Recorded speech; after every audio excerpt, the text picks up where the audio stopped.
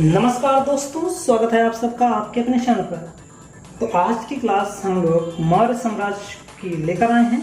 इससे पहले वीडियो हमने चंद्रगुप्त मौर्य के बारे में एक स्पेशल वीडियो बना रखे हैं। तो पहले अगर आप उसको देखना चाहें तो ऊपर आई बटन पर क्लिक करके उस वीडियो को देख सकते हैं। आज ये वीडियो लेंदी हो जाए, थोड़ा सा बड़ा हो जाए, तो आप धैर्य से पूरा वीडियो देखिएगा। मौर्य साम्राज्य को इसमें पूरा समाहित करने की कोशिश करेंगे। तो जैसा कि मौर्य साम्राज्य आपको पता है, मगध का सबसे महान साम्राज्य मौर्य साम्राज्य था। अगर इसके हम शासकों की बात देखें तो इसके जो प्रथम शासक या जिसको हम संस्थापक कह सकते हैं वो थे चंद्रगुप्त मौर्य। चंद्रगुप्त मौर्य के बाद उसके दूसरे शासक आते हैं बिंदुसार, और बिंदुसार का लड़का आता है अशोक। अशोक के समय में मौर्य साम्राज्य अपनी सबसे विस्तृत क्षेत्र तक फैला हुआ राज्य था। ठीक है, मौर्य साम्राज्य इस अशोक के शासनकाल में सबसे, यानी आज का अफगानिस्तान से लेकर श्रीलंका, म्यांमार, इन सब तक को समाहित किए हुए था। उसके बाद अशोक के बाद कुछ शासकों के नाम में दिक्कतें हैं, तो कुछ ग्रंथों में जो नाम मिलते हैं वो उनके बाद कुणाल आता है, फिर संप्रति आती है, फिर दशरथ आते हैं, फिर बृहदत्त। बृहदत्त इस मौर्य साम्राज्य के सबसे अंतिम शासक होते हैं। कौन? बृहदत्त। बृहदत्त मौर्य साम्राज्य के सबसे अंतिम शासक होते हैं। इनका जो सेनापति है, ठीक है, इनका जो अंतिम शासक होना चाहिए, अंतिम शासक थे। इनका जो सेनापति है वो था पुष्यमित्र शुंग। उसका जो सेनापति था वो कौन था? पुष्यमित्र शुंग। ठीक है, यानी क्या है कि मौर्य साम्राज्य का सबसे अंतिम शासक ब्रह्मदत्त। अगर आपसे क्वेश्चन पूछ लिया जाए मौर्य साम्राज्य का प्रथम शासक तो कौन है? चंद्रगुप्त मौर्य। मौर्य साम्राज्य का सबसे प्रतापी क्या कहते हैं, प्रतापी शासक कौन था? तो अशोक था। अशोक के समय मौर्य साम्राज्य अपने सबसे विस्तृत क्षेत्र पर, भूभाग पर राज करने वाला साम्राज्य था। ठीक है, अंतिम शासक ब्रह्मदत्त। ब्रह्मदत्त की अंतिम की हत्या किसने की? तो पुष्यमित्र शुंग ने। यानी क्या है, मौर्य साम्राज्य की अंतिम शासक ब्रह्मदत्त की हत्या पुष्यमित्र शुंग ने कर दी, और फिर इसने एक नया धर्म शुंग वंश शुरू किया। शुंग वंश शुरू किया, जिसका संस्थापक पुष्यमित्र शुंग था। ये ब्रह्मदत्त का सेनानायक था। अब अगला जो पॉइंट है वो ये है कि मौर्य साम्राज्य के जानने के स्रोत क्या हैं। मौर्य साम्राज्य के जानने के स्रोत क्या हैं? तो मौर्य साम्राज्य के जानने के स्रोत जो है, पहला है आपका कौटिल्य का अर्थशास्त्र। किसका? कौटिल्य का अर्थशास्त्र। आपको पता है कौटिल्य किसके गुरु थे? चंद्रगुप्त मौर्य के। कौटिल्य के अन्य नाम जो मिलते हैं, कौटिल्य के जो अन्य नाम हैं वे विष्णुगुप्त भी मिलता है। ठीक है, कौटिल्य का नाम क्या है? विष्णुगुप्त। और ये किसके अमात्य रहते हैं? किसके रहते हैं? चंद्रगुप्त मौर्य के। तो कौटिल्य जो हैं ये चंद्रगुप्त मौर्य के अमात्य रहते हैं, और यही चंद्रगुप्त मौर्य को राजा बनाते हैं। किसको? किस वंश को खत्म करके? तो कहोगे कि नंद वंश को खत्म करके कौटिल्य ने चंद्रगुप्त की मदद से चंद्रगुप्त को राजा बनाया, और वो क्या बन गए? प्रधानमंत्री या अमात्य बन गए। ठीक है, इनकी एक बुक का नाम है, कौन है? अर्थशास्त्र। दोस्तों, अर्थशास्त्र। ठीक है, कौटिल्य की एक बुक है, उसका नाम है अर्थशास्त्र। ठीक है, ये किस पर है? क्वेश्चन कभी कभी पूछ लिया जाता है, ये जो बुक है किस पर है? तो ये राजनीति पर है। किस पर है? राजनीति पर है। ठीक है, अर्थशास्त्र आपकी राजनीति की पुस्तक है। इसको कभी भी आप अर्थ को इकोनॉमी से मत जोड़िएगा।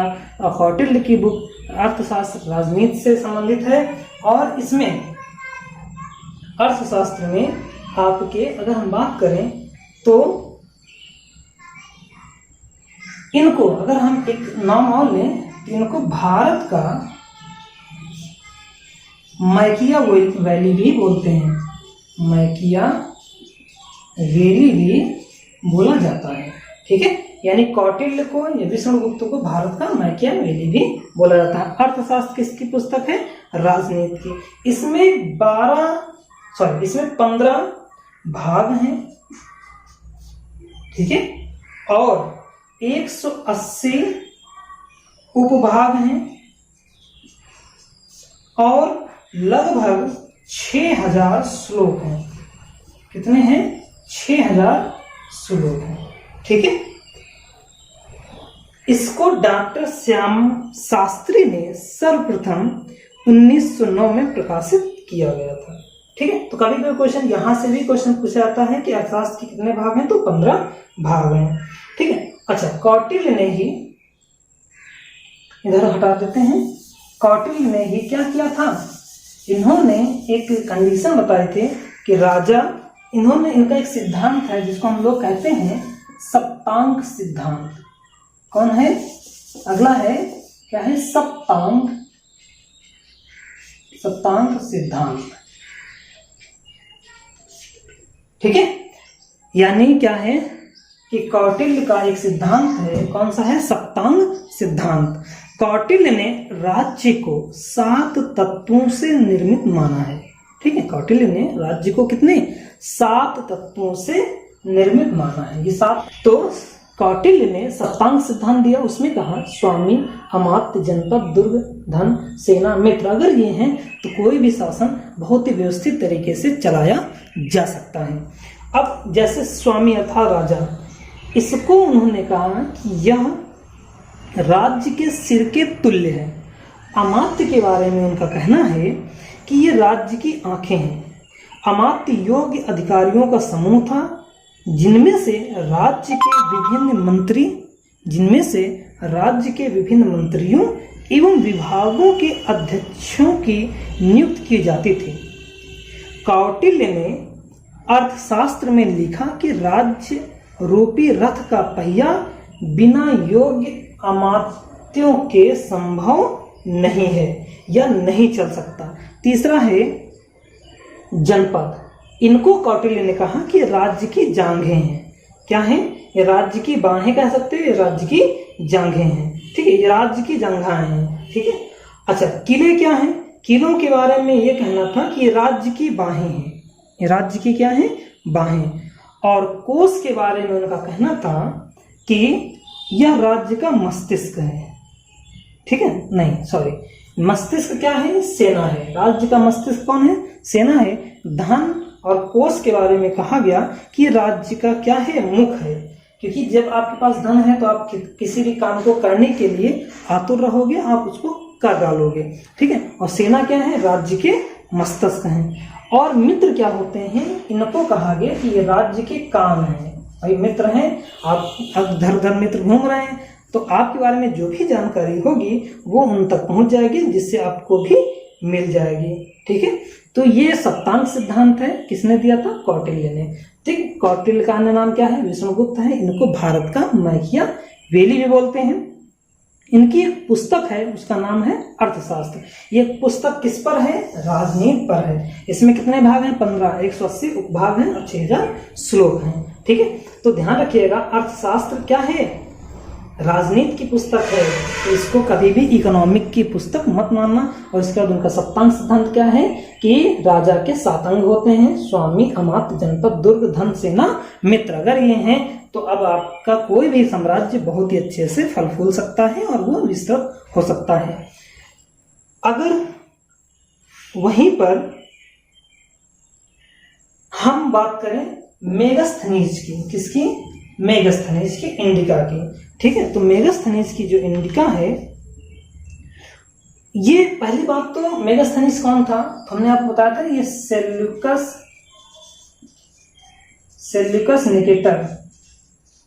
निकेटर का राजदूत था, ठीक है। सेल्यूकस निकेटर का ये राजदूत था। और ये कहाँ आया था? ये चंद्रगुप्त मौर्य के शासनकाल में वहां पर था। इसकी बुक का जो नाम है वो बुक है, इसको थोड़ा सा हटा देते हैं, ठीक है। जो इनकी बुक का नाम है वो है इंडिका, ठीक, इंडिका। तो मेगास्थनीज सेल्यूकस का राजदूत था जो चंद्रगुप्त मौर्य के दरबार में 304 ईसा पूर्व से 299 ईसा पूर्व के बीच रहा। ठीक, इसका ग्रंथ क्या है? इंडिका। इसमें एक विश्वसनीय जानकारी प्राप्त होती है इसके ग्रंथ से। ठीक है, इसका वैसे इसका मूल तो नहीं प्राप्त है, मतलब ये इंडिका जो बुक है इसका मूल भाग नहीं प्राप्त है, लेकिन इसके विवरण जो हैं, इसके उदाहरण जो हैं, वो यूनानी लेखक जैसे एरियन हो गए, स्ट्रैबो हो गए, प्लूटार्क हो गए, प्लिनी हो गए, जस्टिन है, डायोडोरस, ये लोग जो हैं ये अपने उदाहरणों में उनके इंडिका के चीज़ों को लेते हैं। तो ऐसा है कि वो इंडिका अपने मूल स्वरूप में नहीं है, फिर भी जैसे कुछ वैज्ञानिक, जैसे कुछ यूनानी लेखक कौन कौन से, Arrian, Strabo, Plutarch, Pliny, Justin, Diodorus आदि के उदाहरणों से प्राप्त होते हैं। ठीक है। अच्छा, स्ट्रैबो ने मेगास्थनीज की इस वृत्तांत को एकदम से नकार दिया, कहा कि अविश्वसनीय है। ठीक है। अब इसमें जो कहा गया है, पाटलिपुत्र के नगर के बारे में कहा गया, नगर का प्रशासन के बारे में कहा गया, सैन्य प्रशासन के बारे में जानकारी मिलती है। ठीक है, सोने की खान का भी मिलता है आपका। उसके बाद रुद्रदामन का जो जूनागढ़ अभिलेख है, कौन सा? रुद्रदामन का जूनागढ़ अभिलेख। ठीक है, तो अगला कौन सा बनता है? रुद्रदामन का जूनागढ़ अभिलेख। इस शासक ने जूनागढ़ अभिलेख में चंद्रगुप्त मौर्य तथा अशोक दोनों के नामों का उल्लेख किया है। जो जूनागढ़ अभिलेख है इसमें क्या होना, अशोक का भी नाम मिलता है और चंद्रगुप्त मौर्य का भी नाम मिलता है। ठीक है, अशोक और चंद्रगुप्त मौर्य दोनों का ही नाम मिलता है। इसमें इस अभिलेख से यह भी पता चलता है कि चंद्रगुप्त मौर्य ने सौराष्ट्र प्रांत में सुदर्शन झील का निर्माण कराया था। ठीक है, यानी इससे क्या प्राप्त होता है कि चंद्रगुप्त मौर्य ने कहा, सौराष्ट्र में कौन सी झील? सुदर्शन झील। सुदर्शन झील का निर्माण कराया था। ठीक है, सुदर्शन झील का निर्माण कराया था। और यहां का यानी क्या है, सौराष्ट्र का उस समय का जो शासक था वो पुष्यगुप्त वैश्य था। कौन था? अगर पूछ लिया जाए, पुष्यगुप्त वैश्य। ठीक है, तो ये उस जूनागढ़ अभिलेख से ये प्राप्त होता है। इसमें चंद्रगुप्त मौर्य और अशोक दोनों का ही नाम मिलता है और चंद्रगुप्त मौर्य के बारे में कहा गया कि ये सौराष्ट्र में सुदर्शन झील का निर्माण इन्होंने कराया था और इस समय सौराष्ट्र का जो प्रशासक था वो पुष्यगुप्त वैश्य था। ठीक है, और फिर अशोक के बारे में उन्होंने कहा कि अशोक ने इसी सुदर्शन झील का, कौन सी? वही सुदर्शन झील जिसका चंद्रगुप्त मौर्य ने निर्माण कराया था, इसका फिर से जीर्णोद्धार किया था। जीर्णोद्धार किया था। ठीक, किया था। तो ये भी आपको वहां से प्राप्त होता है।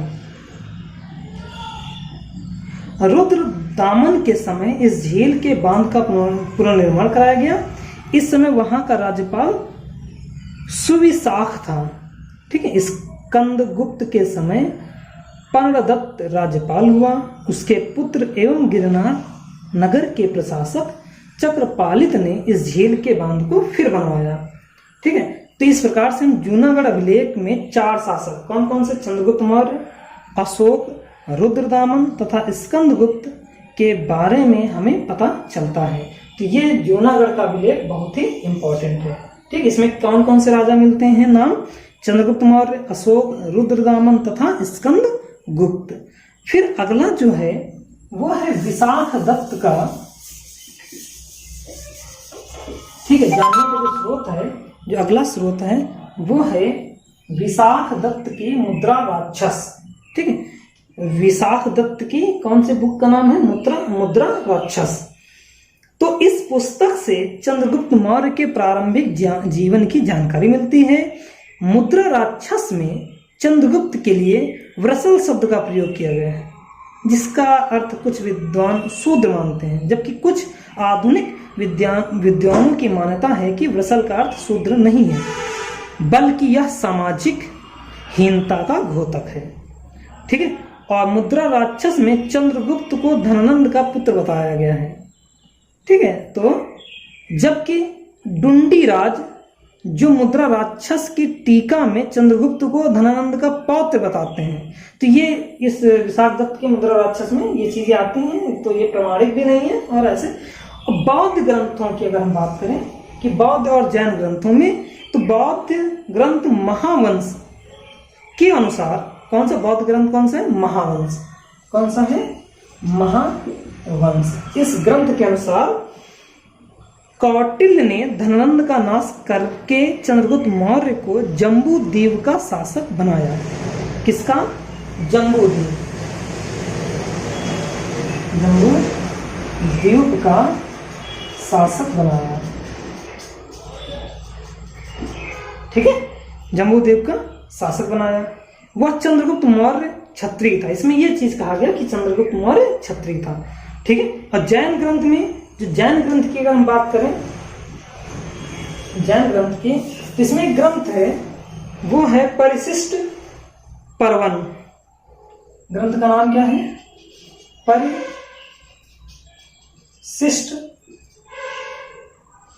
पर्वन। ठीक। परिशिष्ट पर्वन।